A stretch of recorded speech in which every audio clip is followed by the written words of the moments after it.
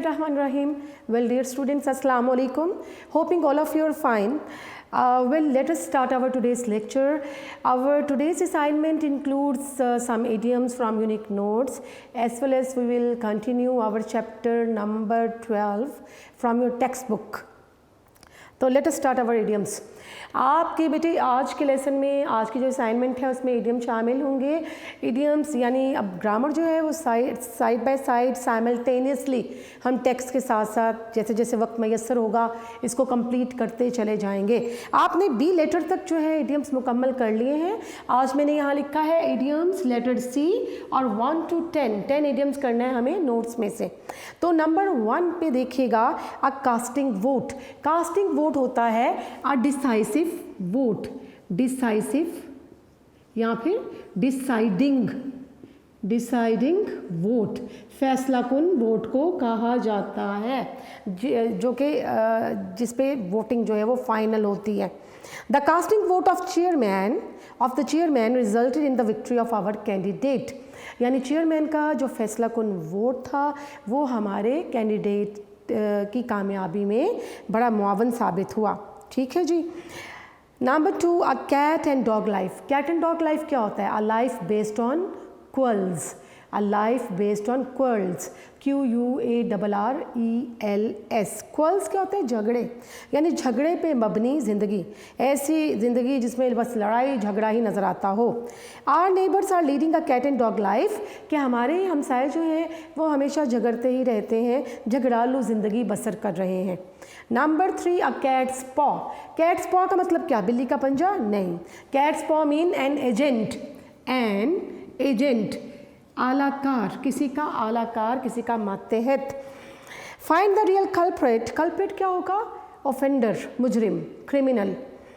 The man you have caught is merely a cat's paw, merely only, कि जो सही मुजरिम है उसको पकड़ा जाए, और जिस आदमी को आपने पकड़ रखा है वो क्या है? इज़ मियरली अ कैट्स पॉ, वो सिर्फ एक एजेंट है, मातहत है, आलाकार है। Number 4 a cry in the wilderness. A cry in the wilderness का मतलब अ यूजलेस एफर्ट, अ यूजलेस एफर्ट, बेकार की कोशिश को क्राई इन द विल्डरनेस कहा जाएगा। बेकार की आवाज़, यानी ऐसी बात जो कि दूसरे तस्लीम ना करें, आपकी ऐसी आवाज़, ऐसी बात जो दूसरे तस्लीम करने के लिए तैयार ना हो। His speech for basic human rights under a despotic rule was a cry in the wilderness. Despotic means cruel, dictatorial and आमिराना कहा जाता है, एंड ऑल्सो मीन्स टायरेनिकल, आमिराना हुकूमत कहा जाता है। कि बेसिक ह्यूमन राइट्स के लिए वो जो आवाज़ बुलंद कर रहा है, स्पीच कर रहा है, वो क्या है जनाब? वो नकार खाने में तूती की आवाज़, यानी कि बेकार कोशिश है, एक जालिमाना जाबेदाना दौरे हुकूमत में या हुकूमत में रहते हुए ह्यूमन राइट की बात करना, स्पीच करना बेकार की काविश है। Call names, very important idiom. Call names क्या होता है? टू एब्यूज़ क्या मतलब? किसी को गाली देना, बुरा भला कहना, गाली गलोच करना। It is immoral to call somebody names, और ये बड़ी गैर अखलाकी बात है टू कॉल अदर्स नेम्स, कि दूसरों को गाली दी जाए। Number 6 carry weight. Carry weight क्या होगा? To be considered serious and important, to be considered serious and important, वज़न रखना किसी दलील का, अहम होना, सीरियस होना, कोई पॉइंट ऑफ व्यू। तो हम देखते हैं कि the US president statement on Kashmir carry weight, कि US के जो प्रेसिडेंट हैं, अमेरिका के जो प्रेसिडेंट हैं, कश्मीर के बारे में उनका जो नुक्ता नज़र है वो बहुत इंपॉर्टेंट है, वज़न रखता है। Catch red handed. Catch red handed क्या होता है? रंगे हाथों पकड़े जाना, यानी to be arrested openly, to be arrested for some wrong doings, किसी गलत काम के लिए पकड़े जाना। The thief was caught red handed, चोर को रंगे हाथों पकड़ लिया गया। चीक बाय जॉल। चीक बाय जॉल क्या होता है? Together, it means together, side by side, साथ साथ, साइड बाय साइड। यानी एक ही जगह साथ साथ होना। cheek by jowl जी। The master and the slave set cheek by jowl on the prayer rug, कि जाए नमाज पर जो आका था, मालिक था और ग़ुलाम था, वो साथ साथ बैठ गए। Number 9, Coke and bull story, very important idiom. Coke and bull story क्या होगा बेटा? अ story that is not obviously true, a story that is not true, एक ऐसी कहानी जो कि हकीकत पर मबनी नहीं है। A story that is untrue, a story that is not based on truth, एक ऐसी कहानी जो सच्चाई पे मबनी नहीं है। No intelligent person will believe your cock and bull stories, कि कोई ज़हीन शख्स तुम्हारी बेसरूपा बेकार की कहानी पर जो सच्चाई पे मबनी नहीं है यकीन नहीं करेगा। Come to blows, come to blows important idiom, it means to start fighting, to start fighting यानी मार कुटाई पे उतर आना, लड़ाई पे उतर आना। Number 10, after a hot argument they came to blows with each other, गर्मा गर्म बहस के बाद वो एक दूसरे से मार कुटाई पर उतर आए। ठीक है जी, मार कुटाई शुरू हो गई। ये 10 इडियम्स आपने किए हैं, कौन से वाले? सी लेटर के साथ। और हमें टोटल इडियम कितने करना है? 153 इडियम्स करना है फर्स्ट टर्म में, और ये बनेंगे आपके लेटर ई तक। तो हमें थोड़े से मज़ीद इडियम जो है अभी भी मज़ीद लेक्चर्स में कंटिन्यू करना है। तो बेटे ये तो आपका ग्रामर वर्क था, सिर्फ 10 इडियम्स हमने कंप्लीट किए। मैंने लिख दिया कि आपका लेटर सी है और लेटर सी के 1 to 10 इडियम्स होंगे। अब हम करते हैं hitch hiking across the Sahara. Hitch hiking across the Sahara जो है वो किसकी एडवेंचर है? रॉबर्ट क्रिस्टोफर की। रॉबर्ट क्रिस्टोफर जो है he tried to cross the Sahara desert by taking lift on different vehicles. मुख्तलिफ व्हीकल्स पे लिफ्ट लेने के बाद जो रॉबर्ट क्रिस्टोफर है उसने सहारा नामी बहुत बड़े नॉर्थ अफ्रीका में जो सहारा नामी डेजर्ट है वहाँ सफ़र किया और उसको क्या क्या मुश्किलात दरपेश आई ये हमने पढ़ा फर्स्ट 2 लेक्चर्स में। आज भी नेक्स्ट लेक्चर जो है कंटिन्यूड रहेगा क्योंकि ये डिटेल्ड लेसन है, बहुत लेंथी लेसन है, तो लिहाजा अभी इसका सफ़र जो है वो जारी है क्रिस्टोफर का। आपने देखा वो बोसाडा गया, उसके अलावा वो गाडाया गया, एल्गोलिया गया और फिर आपने पढ़ा कि वो नेक्स्ट कहाँ पहुँचा है? टैमारेसिट पहुँच चुका है। ठीक है जी, तो हम देखते हैं कि वो इंसलहा तक उसका सफ़र जो है वो प्रीवियस लेक्चर्स में आपने पढ़ा। ये सहरा के छोटे छोटे टाउन्स हैं और इसे जाना कहाँ है? He has to reach to his final destination which is Timbuktu. When he was a child, when he was very mischievous one, and whenever he made mischiefs, his mother used to threaten him to send him to a far off land, means Timbuktu। कि जब वो बच्चा था तो उसकी mother जो थी poster mother उसको थ्रेट किया करती थी कि शरारतें करोगे तो तुम्हें टिम्बकटू भेज दूँगी। और टिम्बकटू कहाँ है? नॉर्थ अफ्रीका का सहारा है, सहारा नामी डेजर्ट है, वहाँ एक आखिरी टाउन है, कस्बा है। तो ये वंडरलस्ट थी रॉबर्ट क्रिस्टोफर में, तो लिहाजा उसने ये सारे इलाके जो है सहरा के देखे। तो हम कंटिन्यू कर रहे हैं पेज नंबर 51 से और सेकंड पैराग्राफ आपका है इट वॉज अनबियरेबली, यानी अब वो एक ट्रक जो है क्लमजी लुकिंग ऑयल ट्रक जो है उसमें सवार हो गया आगे अपने डेस्टिनेशन के लिए और उसे टैमारेसिट जाना है इंसलहा से। इट वॉज अनबियरेबली क्या होगा? अनबियरेबली, अनटॉलरेबली विच वी कैनॉट बियर, जो कि बर्दाश्त ना किया जा सके। स्टिफलिंग क्या होता है? सफोकेशन। स्टिफलिंग मीन सफोकेशन, घुटन। Unbearable, untolerable in the driver's cabin. तो ट्रक का जो ड्राइवर का कैबिन था वहाँ बहुत नाकाबिले बर्दाश्त गर्मी थी। Christopher was completely overcame at one point and when mid day stop was made at a little mud building outpost. Outpost मैंने आपको बताया था, पहले भी आपने पढ़ा, मिलिट्री चेक पोस्ट कहा जाएगा। ही स्टैगर्ड क्या होता है? To move unsteadily, to move unsteadily, लड़खड़ाते हुए जाना। किसका मीनिंग है? स्टैगर्ड का, कि यानी ट्रक जो था उसमें ड्राइवर केबिन में बहुत शदीद गर्मी थी और क्रिस्टोफर जो है एक मौके पर बिल्कुल ही निढाल बदहाल होने के, बेहोश होने के, overcame here mean was about to faint, बेहोश होने के करीब था। और जब मिड डे दोपहर को स्टॉप किया गया तो कहाँ स्टॉप था जी? A little mud building outpost. तो एक मिलिट्री चौकी थी, मिलिट्री पोस्ट थी और वो मड मेड थी, मट्टी की बनी हुई थी। ही स्टैगर्ड इनसाइड, और वो उस मट्टी के झोंपड़े में, पोस्ट में, उस चेक पोस्ट में, मिलिट्री पोस्ट में कमरे में कैसे दाखिल हुआ? लड़खड़ाते हुए। Staggered mean to move unsteadily, to move with unsteady pace, के लड़खड़ाते हुए जाना।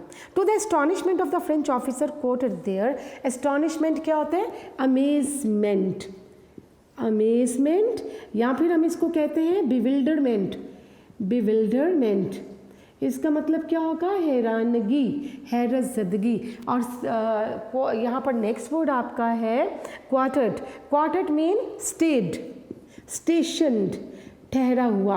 तो जब वो मड मिलिट्री पोस्ट में दाखिल हुआ है लड़खड़ाते हुए क्रिस्टोफर, तो वहाँ मौजूद जो फ्रेंच ऑफिसर था, जो वहाँ क्वार्टर था, स्टेशन था, जिसकी वहाँ पर ड्यूटी थी, वो देखकर बड़ा हैरान हुआ कि ये किस हालत में आ रहा है। And lay down on the floor to be ill, क्योंकि क्रिस्टोफर वहाँ पर जाते ही, अंदर जाते ही, इस मट्टी, वो जो मड हट थी, वहाँ जाते ही ज़मीन पर लेट गया जैसे कि बीमार हो। फॉर्चुनेटली क्या होगा? Luckily he had recovered by the evening and was able to continue the truck journey. शाम तक उसकी सेहत बहाल हो गई और वो ट्रक का जर्नी सफ़र करने के काबिल हो गया। Next paragraph, Tamanrasset was reached at last. Tamanrasset क्या है? इन सलाह के बाद नेक्स्ट टाउन, बिलाखिर ये लोग वहाँ पर पहुँच गए। And here Christopher made one of its most valuable. Valuable क्या होता है बेटे? वैल्यूएबल होता है यूज़फुल, बड़े मुफीद, कारआमद, कॉन्टेक्ट्स। और यहाँ टैमरेसेट में पहुँच गए क्रिस्टोफर ने अपने बड़े कारआमद रवाबित जो है वो बनाए। किससे रब्ता हुआ उसका? This was professor Claude Bellanger, a remarkable. Remarkable क्या होता है? Splendid, marvellous Frenchman who has devoted himself to helping the Tuareg people. Tamanrasset में कबीला आबाद था, वो टॉरिश कबीला कहलाता था, उनको टॉरिश पीपल कहा जाता था। और यहाँ पर क्लॉड बिलंगरनन एक फ्रेंच प्रोफेसर था जिसने अपनी सारी ज़िंदगी डिवोट कर रखी थी उस कबीले के लोगों के लिए। He succeeded in convincing them that education would be useful to them. और वो प्रोफेसर साहब जो हैं उस कबीले के लोगों को ये कायल करने में कामयाब हो गए थे कि तालीम हासिल करना उनके लिए कितना ज़रूरी है कबायली लोगों के लिए। देन मोस्ट वाइसली, फिर बड़े ही अक्लमंदाना अंदाज में प्रोफेसर ने क्या किया? He adapted himself to their habits and customs. Adapted क्या होगा? एडजस्टेड, एडजस्टेड के मोल्डेड के मुताबिक बना लेना। क्या क्या प्रोफेसर ने कि उनकी वहाँ के लोगों की आदत और रवायात के मुताबिक अपने आप को ढाल लिया। So that he could help them to get the most from their own natural way of life, ताकि लोग अपने तर्ज ज़िंदगी के अंदर रहते हुए सीख सकें। लोगों को उसने मोल्ड नहीं किया, अपने आप को मोल्ड किया वहाँ के रवायात के मुताबिक, ताकि वहाँ के लोग जो हैं अपनी ही तर्ज ज़िंदगी और रवायात में रहते हुए तालीम हासिल कर सकें। Rather than persuade. परसुएड क्या होता है? कंपेल। और कंपेल क्या होगा? कंपेल, COMPEL, मजबूर करना किसी को। Persuade them to adopt Western habits unsuited to their land and traditions. Unsuited क्या होगा? Improper. इम्प्रॉपर, नामुनासिब होना, बजाय इसके कि वह लोगों को मजबूर करता प्रोफेसर साहब कि मगरबी आदात और रवायात को अपनाया जाए जो कि उस इलाके के लोगों की रवायात से क्लैश में थी, मुतज़ाद थी। ठीक है, तो उसने बड़े ही वाइसली, बड़े ही उम्दा तरीके से अपने आप को वहाँ के लोगों की रवायात और वहाँ की आदात के मुताबिक ढाल लिया, बजाय इसके कि वो लोगों को मजबूर करता कि वो मगरबी आदात अपनाएं और जो कि उनके अपने तर्ज़ ज़िंदगी से बिल्कुल इम्प्रॉपर थी, नामुनासिब सी थी, मुतज़ाद थी, मुख्तलिफ थी। ठीक है जी। तो with home Christopher made very valuable contact। वो कौन शख्स था? He was a French professor named Claude Bilangernon। ठीक है। And what was the aim of professor? He was aiming at educating the people of Torridge tribe in Tamareset। ठीक है। Bilangernon acted as Christopher's guide, host and friend while he was in Tamareset। तो लिहाजा जब Christopher टैमरेसेट के town में मौजूद था तो जो क्लॉड बिलंगरनन है उसने क्रिस्टोफर के गाइड के तौर पर, रहनुमा के तौर पर, मेज़बान के तौर पर और फ्रेंड के तौर पर खिदमत सर अंजाम दी। With his assistance. असिस्टेंस क्या होता है बेटे? Help. HELP, help. Christopher was able to spend a week in the encampment. Encampment किसे कहते हैं? कैंप को, खैमे को, CAMP of the Tuareg Amenokal. Amenokal किसे कहते हैं? इमैनुकल मीन किंग, KING, बादशाह। तो जनाब प्रोफेसर की मदद से क्रिस्टोफर इस काबिल हो गया कि जी जो उस कबीले का जो बादशाह था, जो सरबराह था, उसके खैमे में शाहाना तौर पर रह सके। An experience which he found fascinating. Fascinating क्या होते हैं? फैसिनेटिंग मीन कैप्टिवेटिंग, कैप्टिवेटिंग, दिलफरेब, एनचेंटिंग, एनचेंटिंग। ठीक है जी, ये ऐसा एक्सपीरियंस था कि किसी सरबराह के खैमे में रहना, तौरिश कबीले के, ये बड़ा उम्दा एक्सपीरियंस रहा किसका? क्रिस्टोफर का। जी बेटा, द तौरिश दो their life is primitive. Primitive क्या होता है? प्रिमिटिव मीन ओल्ड, एंशिएंट, कदीम। तो तौरिश के लोग कैसे हैं? उनका तर्ज ज़िंदगी बहुत कदीम रवायात का हामिल है। Are a people of great dignity. Dignity क्या होता है? ग्रेस, वकार, extreme honesty, high intelligence and with quite an ancient history. तो वहाँ के लोग क्या है कि उन्हें बड़ा वकार और उनकी ईमानदाराना जज्बात और जहानत उन लोगों में पाई जाती है, और उनकी जो हिस्ट्री है क्वाइट एंशेंट हिस्ट्री, कि बड़ी एंशेंट हिस्ट्री के, बड़े ही कदीम हिस्ट्री के, तारीख के वो लोग मालिक थे। ठीक है जी। In preparation for this visit Christopher learned how to ride a camel. और वहाँ रहते हुए टैमरेसेट में what did he learn? He learn how to ride a camel, के कैमल की सवारी किस तरह से की जाए। और ये बहुत, it was really very necessary because he had to continue his further journey on camel's back. A task which he found more difficult than it looks. और ये काम जितना आसान नज़र आता था उतना था नहीं, बल्कि बहुत मुश्किल था। During his first lesson he was thrown over the animal's head 3 times and once over its rear. Rear क्या होता है? REAR, back, BACK। तो पहले जब पहला लेसन उसको ये राइडिंग का, कैमल राइडिंग का दिया गया, तो क्या हुआ कि 3 दफ़ा एनिमल ने, ऊँट ने सर की जानिब से उसको नीचे गिराया क्रिस्टोफर को, और एक बार रियर, बैक साइड से, पीछे से किसको गिराया? क्रिस्टोफर को। It was on this formidable type of transport. Formidable क्या होता है? फ्राइटनिंग। फॉर्मिडेबल मीन फ्राइटनिंग, खौफजदा करने वाली, फ्राइटनिंग, हॉरिफाइंग, हॉरिफाइंग, खौफजदा करने वाली। And it was this formidable, जी इसको देख लेते हैं कि हम लोग कहाँ पढ़ रहे हैं। It was on this formidable type of transport that he was to continue his Sahara journey because there were no more trucks. अगला, the rest of the journey he had to cover on the back of camel. अगला सफ़र उसे camel back पे, ऊँट की पुश्त पे करना था, क्योंकि आगे ट्रक नहीं थे। Bellanger arranged for one of his most educated peoples क्या होगा? Students, a young Tuareg noble named Boubakar, to act as guide for the first few days of the 1280 kilometre journey from Tamanrasset to Timbuktu. अब Christopher के लिए professor ने क्या इंतज़ाम किया? अपने एक बहुत ही ज़हीन स्टूडेंट जिसका नाम बूबकर था, उसको कहा कि वो गाइड के तौर पर कुछ दिन के लिए आगे सफ़र पर निकलेगा। किसके साथ? क्रिस्टोफर के साथ। और जर्नी क्या था? 1280 kilometre journey from Tamanrasset to Timbuktu. Tamanrasset से टिम्बक्टू तक जाने का जितना सफ़र बनता था, उसमें से इब्तदाई कुछ दिन जो है ये गाइड किसके साथ रहेगा? क्रिस्टोफर के साथ। और ये बड़ी हेल्प थी क्रिस्टोफर की। The start was made at dawn. Dawn क्या होता है? DAWN, अर्ली मॉर्निंग, सुबह सवेरे इस सफ़र का आगाज़ हो गया। बूबकर and Christopher each on a camel with the third carrying Christopher supplies. Supplies क्या होगा? बिलोंगिंग्स, सामान। तो जनाब एक एक ऊँट पर बूबकर और क्रिस्टोफर सवार थे, और तीसरे पर क्रिस्टोफर का सामान था।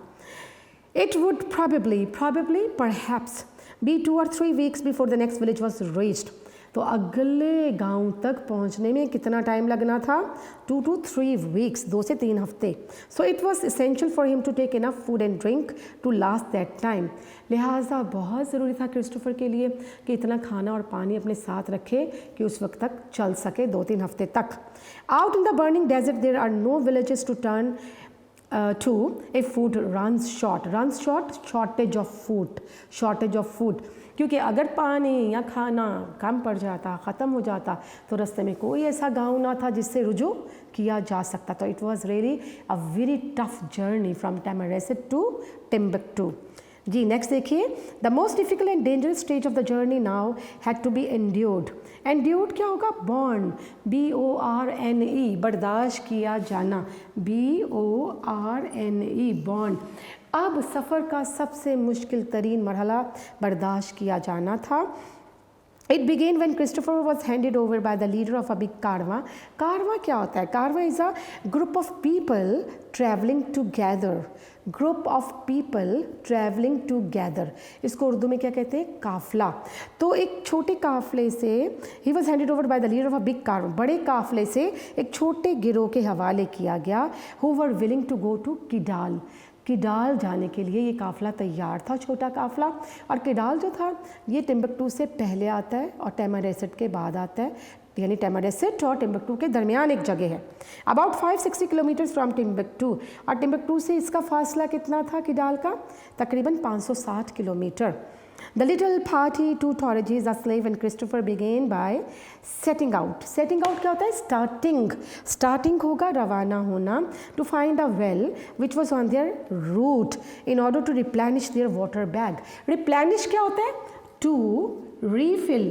Refill करना, भरना।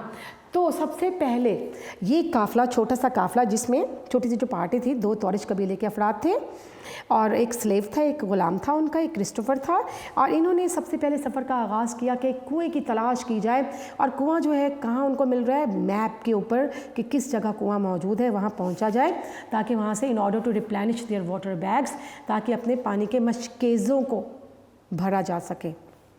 They reached it at last and it was bone dry. वो इस कुएं तक पहुंच गए, but what was the condition? What was the situation? They didn't find any water over there. It was bone dry. ये बिल्कुल खुश्क था कुआं, पानी का कतरा भी नहीं था यहाँ पर। And there was only one tin of food left in Christopher's pack, and the 4 of them shared the beans it contained. अब क्रिस्टोफर के पास कितने बीन्स बचे हैं? खाना कितना बचा है? 1 tin of food है, एक टिन है जिसमें फूड है। और फूड क्या है कि वो बीन्स हैं, कुछ बीन्स उसमें मौजूद हैं, और वो बीन्स जो है इन चारों ने आपस में डिवाइड करना है, ठीक है, क्योंकि उनके पास कुछ नहीं है। क्रिस्टोफर जो खाना अपने पास रखे हुए हैं वही वो भी यूज़ कर रहे हैं, ठीक है। His guides carried no food at all and very little water, क्योंकि उसके जो गाइड थे, उसके साथ जो जाने वाले अफराद थे, उनके पास कोई खाना नहीं था और पानी भी ना होने के बराबर था, बहुत कम था। By the time darkness came, Christopher's water supply was down to 1 liter. और जब शाम की तारीकी छाने लगी तो क्या हुआ? शाम के बाद तारीकी नज़र आती है तो क्रिस्टोफर के वाटर सप्लाई कितनी रह गई है? सिर्फ और सिर्फ 1 लीटर पानी उनके पास अवेलेबल है। At this point 20 large vultures were discovered and they stood watching the travelers with interest. इस दौरान वल्चर्स क्या होता है? Vultures are basically large birds of prey. Large birds of prey, इसको हम उर्दू में कहते हैं, एक बहुत बड़ा परिंदा होता है और ये जनाब गिद्ध कहा जाता है इसको। ये मुर्दा जानवर, मुर्दा जिसाम खाता है। वल्चर क्या है? A large bird of prey, जो प्रे का शिकार करने वाला एक बड़ा सा परिंदा, इसको वल्चर कहते हैं। तो उसी मौके पर जो है जनाब इन्हें क्या 20 के करीब बड़े बड़े गिद्ध जो है ना आसमान पे दिखाई दिए और वो ट्रैवलर्स को बड़ी दिलचस्पी से देख रहे थे। क्यों? कि ट्रैवलर्स जल्दी से मर जाएं, इनके पास खाना पीना ख़त्म हो चुका है और हम इनको खा जाए। Making up their minds whether they wanted white or dark meat for the meal, they were sure they would soon be eating. उनको यकीन था गिद्धों को कि जल्दी हमें खाना मिलेगा, ये मुसाफिर मर जाएंगे, और वो अपना माइंड मेकअप कर रहे थे कि उन्हें वाइट मीट खाना है या उनको क्या खाना है? Dark meet. डार्क मीट जो टॉरिज कबीले के लोग अफ्रीकन से, उनका ब्लैक मीट, और वाइट मीट किसका कहा गया है? अंग्रेज़ों का, यानी क्रिस्टोफर का। तो ये बड़ा मज़ाहिया अंदाज में इन्होंने लिखा है कि vultures they were also making their mind either to eat white meat और dark meat, because they were sure that the travelers are going to die sooner or later. उन्हें पता था ट्रैवलर मर जाएंगे। The vultures were to be disappointed, hopeless. जो गिद्ध थे उनको बड़ी मायूसी का सामना करना पड़ा। The 4 men went to sleep early, a desert custom. Custom क्या होता है? Habit, tradition, रिवायत। When travelers are hungry or thirsty. तो सहरा की रवायत है कि जब मुसाफिर हंगरी और थर्स्टी होते हैं तो वो जनाब जल्दी सो जाते हैं। तो ये चारों आदमी भी जो काफ़िले का हिस्सा हैं जल्दी सो गए। And next morning were still alive, और अगली सुबह ये ज़िंदा थे। They had just enough water left to make 1 cup of tea each and then set off for the next water hole about 5 hours distant. उनके पास हार्डली इतना पानी बचा था कि एक एक कप बनाकर चाय पी सकते थे, और अगला पानी का कुआं तकरीबन 5 घंटे की मसाफत पर था। 5 घंटे के बाद अगला कोई वाटर होल जो है वो नज़र आता है।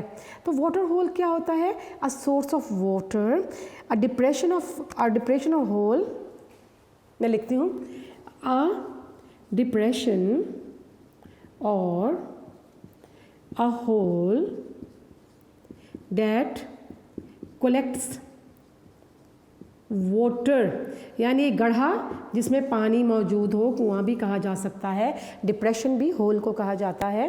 तो जनाब अगला जो वाटर होल है, पानी का जो सोर्स है, वो 5 घंटे की मसाफत पर था और पानी ख़त्म हो चुका है। When they reached it just before the hottest part of the day, they found that this too, like the previous hole, was completely dry. तो जब वो दिन के गर्म तरीन हिस्से में उस वाटर होल तक पहुँचे हैं तो क्या देखा कि वो वाटर होल भी ड्राई पड़ा है, पानी है ही नहीं उसमें। The next water hole was 2 days away, और अगला जो वाटर होल था, जो ज़ख़ीरा आब था, जो कुआं था, वो कहाँ था? कुआं नहीं कहा जा सकता, एक होल, एक गड्ढा जिसमें पानी मौजूद हो। तो वो अगला कहाँ है? 2 दिन की मसाफत पर। And the travellers now had neither food nor water, और ना तो ट्रैवलर्स के पास पानी है और ना ही खाने की चीज़ें, और 2 दिन के बाद ये चीज़ें कहीं मैसर आने के चांसेस थे। The future looked grim. Grim क्या होगा? ग्लूमी। ग्रिम कहती है सैड, डिप्रेस्ड, मायूस कुन, डिप्रेस्ड, ग्लूमी। तो उन्हें अपना फ्यूचर, अपना मुस्तकबिल जो है वो बहुत ही डार्क, तारीक दिखाई दिया।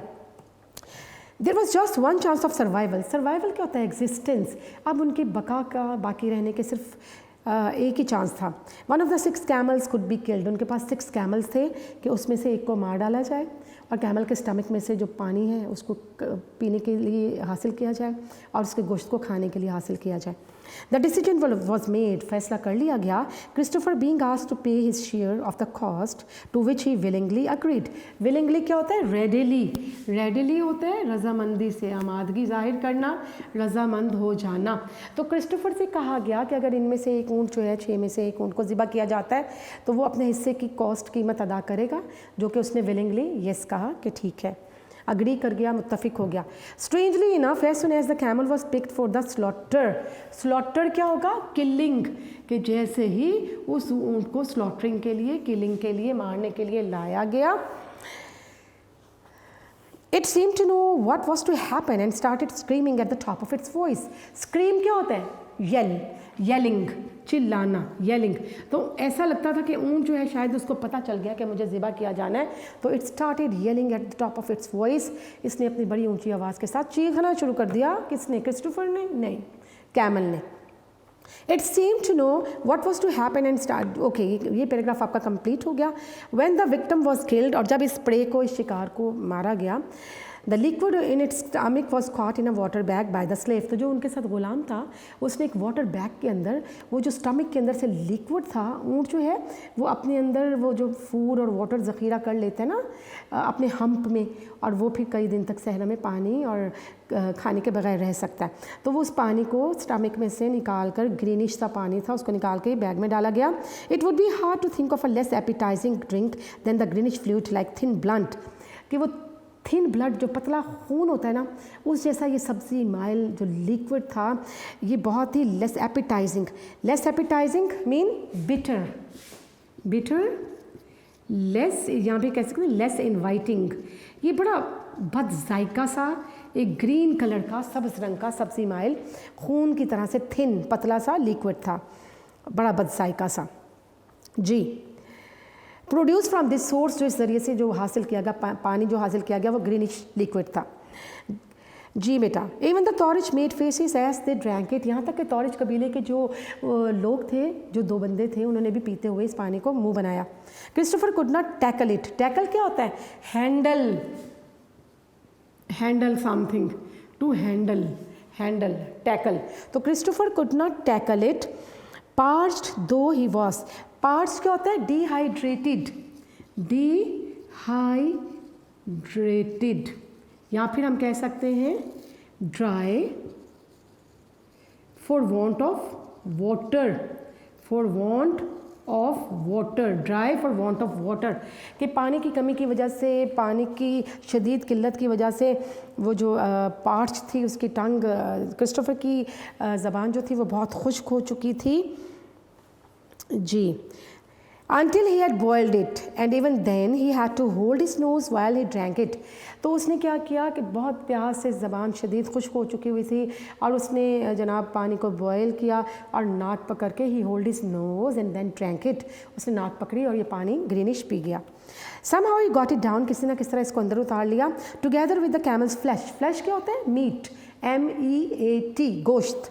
The unappetizing, unappetizing क्या होगा? bitter, लेस इनवाइटिंग, बस जायका, liquid kept them going for another 2 days, कि ये जो कैमल का गोश्त था, ऊँट का गोश्त, और ये जो लिक्विड था, ये अगले 2 दिन तक उनको मज़ीद ज़िंदा रख सकता था, उनके सफ़र जारी रखने के काबिल रख सकता था। The region through which they were passing was known as the land of thirst and death. That is important, यहाँ से सवाल बड़ा इंपॉर्टेंट आता है, write a note on the land of thirst and death.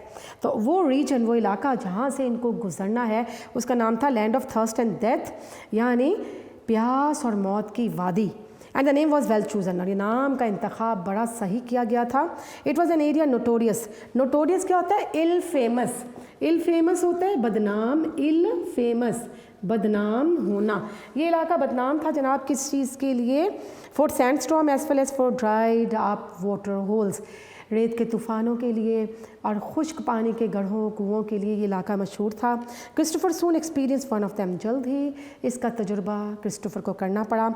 Shortly after short time soon after the mid day stop on the following day, अगले दिन दोपहर के वक्त थोड़ा स्टॉप करने के बाद, कयाम करने के बाद, the camels all instinctively, instinctively क्या होता है? इम्पल्सिवली, दानस्ता तौर पर, नेचुरली, इम्पल्सिवली, IMPULSIVELY, दानस्ता तौर पर, turned off their course, course क्या होता है? COURSE, route, ROUTE, path, PATH, to the right. तो क्या हुआ कि अगले वो कह रहे कि कैमल्स ने क्या किया कि अचानक ही शऊरी तौर पर उन्होंने अपना रास्ता जो है वो राइट डायरेक्शन की तरफ मोड़ लिया। Making for the nearest depression, depression क्या होता है? डिप्रेशन यहाँ मीन हॉलोनेस, हॉलोनेस यानी करीबी किसी गड्ढे, मिट्टी के गड्ढे की जानिब उन्होंने दौड़ना शुरू कर दिया। In the waste of sand, ये जो रेत का बेआबा था, इसमें वीराने में किसी करीबी गड्ढे की जानिब वो गड्ढे की तलाश में भागने लगे ऊँट।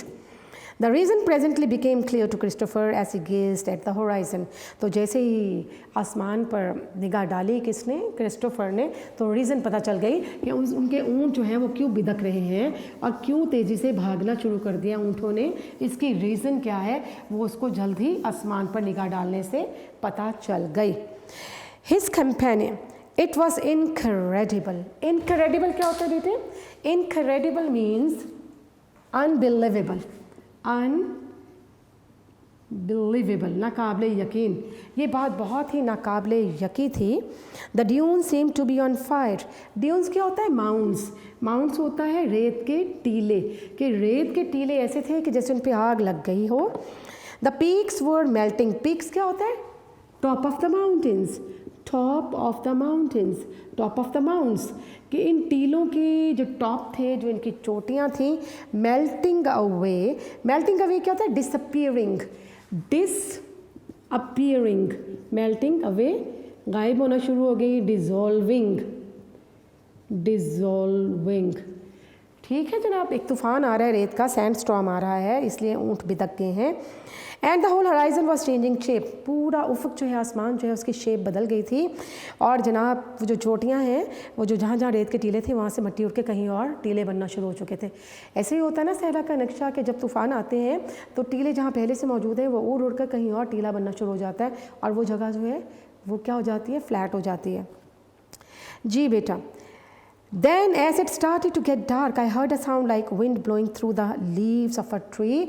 और फिर इसके बाद क्या हुआ है, जैसे जैसे तारीकी छाई गई है, तूफ़ान आ रहा है, तो इसके साथ साथ जो है दरख्त के पत्तों की चलने की तरह की आवाज़, जैसे दरख्तों में हवा गुजरती है तो इसी तरह की आवाज़, a sound like wind blowing through the leaves, जिस तरह हवा पत्तों में से गुजरती है वैसे ही सरसराहट की आवाज़ें, हालांकि वहाँ दरख्त नहीं है लेकिन वही सन्नाटेदार और जन्नाटेदार जो आवाज़ें सुनाई दे रही हैं. His companions made signs for him to hide himself behind his camel and cover his head. उसके companions ने उसको ये बताया कि वो क्या करे, कि उन्होंने ये बताया कि वो अपने सर को ढांप ले और अपने आप को ऊँट के पीछे छुपा ले. He did so. ये क्या तरीका था, सैंड स्टॉर्म से बचने का तरीका था कि अपने सर को भी ढांप ले, ठीक है, और अपने आप को किसी कैमल की बैक यानी कैमल की पुश्त या पीछे छुपा ले. ही डिड सो, उसने ऐसा ही किया. But the force of storm when it struck was too great to be avoided. लेकिन जो तूफ़ान रेत का चला वो इतना शदीद था कि उससे अवॉइड करना मुमकिन ही नहीं था. Even with the camel's body as a shield. Shield क्या होगा, प्रोटेक्शन. अगरचे कि ऊँट का हिफाजती सहारा जो है वो शील्ड के तौर पर, कैमल्स बॉडी जो है वो शील्ड का, प्रोटेक्शन का काम कर रही थी, तहफ़्फ़ुज़ का काम कर रही थी. I could feel the impact of the wall of sand that came streaming along the earth. Streaming क्या होगा, मूविंग. Streaming mean moving. और कह रहे हैं क्रिस्टोफर कि मुझे ऐसा लग रहा था कि रेत की एक दीवार है जो मेरी तरफ बढ़ती चली आ रही है. The wind found even the smallest opening in my clothes and sand felt like little needles. तो अब क्या है कि जो विंड है, हवा जो है वो मेरी कमीज़ के बारीक से बारीक सुराख से भी धंसती हुई अंदर दाखिल हो रही थी, हवा और रेत के ज़र्रात. और ये कैसे थे, ये इस तरह से प्रिक कर रहे थे, इस तरह से चुभ रही थी ये रेत और हवा के साथ ये ज़र्रात रेत के, जिस तरह से नीडल्स होती हैं, जिस तरह से सुई को कहा जा सकता है, सुइयों को कहा जा सकता है. ठीक है बेटे, तो आपने लेसन आपने पढ़ा जी, आपका पेज नंबर 53 है और इसमें जो पैराग्राफ हम पीछे पढ़ रहे थे वो एंड हो गया है. इंशाल्लाह नेक्स्ट लेक्चर में इस लेसन को हमने ख़त्म करना है बेटे. तो it's the time for your lecture has ended and inshallah see you in the next lecture. Take care beta and stay blessed. Thank you very much. Allah Hafiz.